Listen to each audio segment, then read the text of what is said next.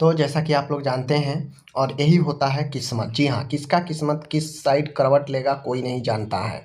ऐसा ही कुछ एएनएम के साथ भी हुआ है। आप लोग को पता है कि एएनएम 10,709 पदों में आप लोग को पता है कि इसका जब ज्वाइनिंग करवाया गया था स्टार्टिंग में कोर्ट के ऑर्डर के बाद, तो आप लोग को पता है कि उसमें लगभग जो है 7,000 समथिंग कैंडिडेट को ज्वाइनिंग करवाया गया।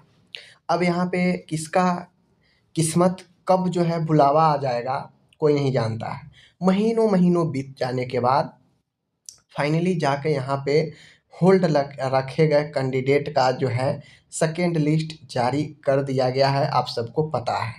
अब यहाँ पे कुछ महत्वपूर्ण चीज़ें हैं जिसको आपको ध्यान में रखना चाहिए, जैसे कितने दिन में आपको ज्वाइनिंग करा लेना है, ठीक है। उसके बाद आपको क्या क्या वेरिफिकेशन में इंटरनल कराएगा, कितने दिन में आपका ज्वाइनिंग के बाद सैलरी मिल सकता है, सारा कुछ डिटेल्स जो इम्पोर्टेंट है वो मैं बात करूँगा, ठीक है। तो अगर आपका नाम है, आपका सिलेक्शन हो चुका है और अभी फ़िलहाल आप कहीं काम कर रही हैं, तो आप वहाँ पे नोटिस पीरियड के लिए दे दीजिए। नोटिस पीरियड जो है आप वहाँ पे अपना लास्ट वर्किंग का दे दीजिए, ठीक है। क्योंकि यहाँ पे कहा गया है कि अगर आप कहीं काम कर रही हैं तो आपको एनओसी देना पड़ेगा त्याग पत्र का, ठीक है ना। तो इस हिसाब से सारा चीज़ दिया गया है। और ये जो दिया गया है कुल 115 कैंडिडेट का जो नाम यहाँ पे दिया गया है, आपको पता है यह प्रोविजनल है, ठीक है ना। आगे इस पर कोर्ट का ऑर्डर का हस्तक्षेप जो है पॉसिबल है, ठीक है ना। अब यहाँ पे जो है सब लोग आप लोग को पता ही होगा कि कैसे क्या जो है किया गया, कहाँ पे क्या चीज़ है। आगे हम चलते हैं यहाँ पे इम्पोर्टेंट कुछ टॉपिक्स के ऊपर। तो यहाँ पे देखेंगे जो दिया गया है, जो भी कैंडिडेट 115 का नाम है यहाँ पे।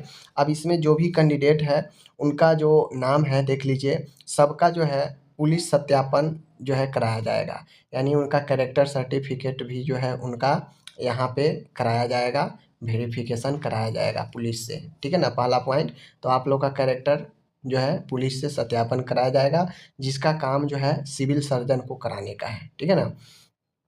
आगे है यहाँ पे कहा गया है आपका जो प्रोबेशन पीरियड है कितना दिनों का होगा। तो नॉर्मली हम देखते हैं सरकारी में प्रोबेशन पीरियड 3 सालों का होता है, लेकिन यहाँ पे एएनएम के लिए 1 वर्ष का परीक्षामान प्रोबेशन पीरियड रखा गया, जो कि अच्छी बात है, कम अवधि का है, बढ़िया है।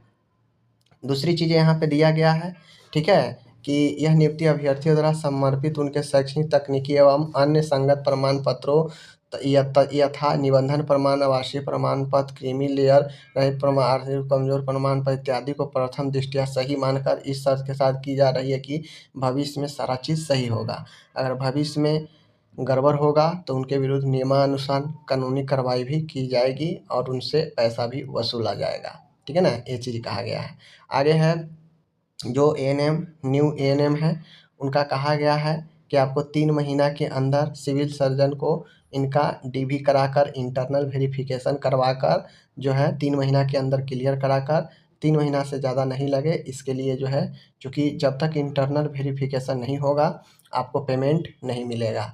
क्योंकि पिछले बार हुआ क्या कि मैं बता दूं, पिछले बार हुआ ये कि बहुत सारे एएनएम ज्वाइन जो कि उनका पिछले 2 महीना पहले जो है सैलरी मिला है, लगभग 7-8 महीना के बाद जाके जो है उन लोगों को सैलरी अभी इधर मिला है। बात समझ रहे ना। तो यह एक समस्या अभी भी है जो कि नहीं होना चाहिए और जल्दी से जल्दी वेरिफिकेशन करवा लेना चाहिए, ठीक है। तो यही कह रहा है पूर्व में नियोजित रहने की स्थिति में योगदान के समय जो है पूर्व सेवा से त्याग पत्र स्वीकृति उपरांत विरमत प्रमाण पत्र एनओसी देना होगा, ये कह रहा है, ठीक है।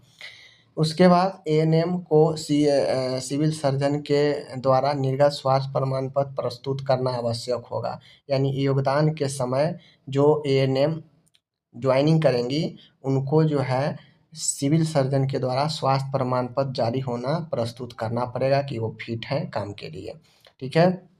योगदान की तिथि से ही वेतन आदि का भुगतान किया जाएगा जिस दिन योगदान करेंगी, ठीक है। नए जो एएनएम है इनका वेतन आदि जो है प्रमाण पत्र, पुलिस सत्यापन प्रतिवेदन आदि के अंतिम जांच प्रतिवेदन के उपरांत ही किया जाएगा। बात समझ गए। तो पेमेंट में इसीलिए समय लगता है क्योंकि इंटरनल वेरिफिकेशन जल्दी से नहीं हो पाता है, समझ गए। तो ये सारा चीज़ है। साथ में आपको सभी नवनियुक्त महिला स्वास्थ्य कार्यकर्ताओं समान प्रशासन विभाग के इतना के अनुपालन में दहेज न लेने न देने संबंधी घोषणा पत्र योगदान करते समय अनिवार्य रूप से प्रस्तुत करना पड़ेगा। समझ गए।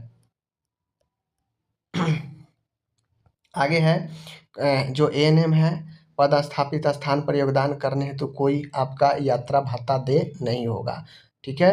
उक्त आदेश जो है यह यहाँ पे परिलक्षित होगा और जो भी है यहाँ पे दिया गया है कि आदेश के फलाफल होगा, यानी सर्वोच्च न्यायालय के अंतिम जो निर्णय आएगा वो प्रभावित होगा ये सब के सब। ठीक है। बाकी ये निकाला गया है, यहाँ पे देख सकते हैं। तो एक अच्छा है 115 कैंडिडेट सेकेंड लिस्ट इतना दिनों के बाद आया है। कम से कम जो लोग आशा छोड़ दी थी उनका भी अगर इसमें नाम आया होगा समझ लीजिए कितना अच्छा हुआ। ठीक है। चलिए मिलते हैं नेक्स्ट वीडियो के साथ।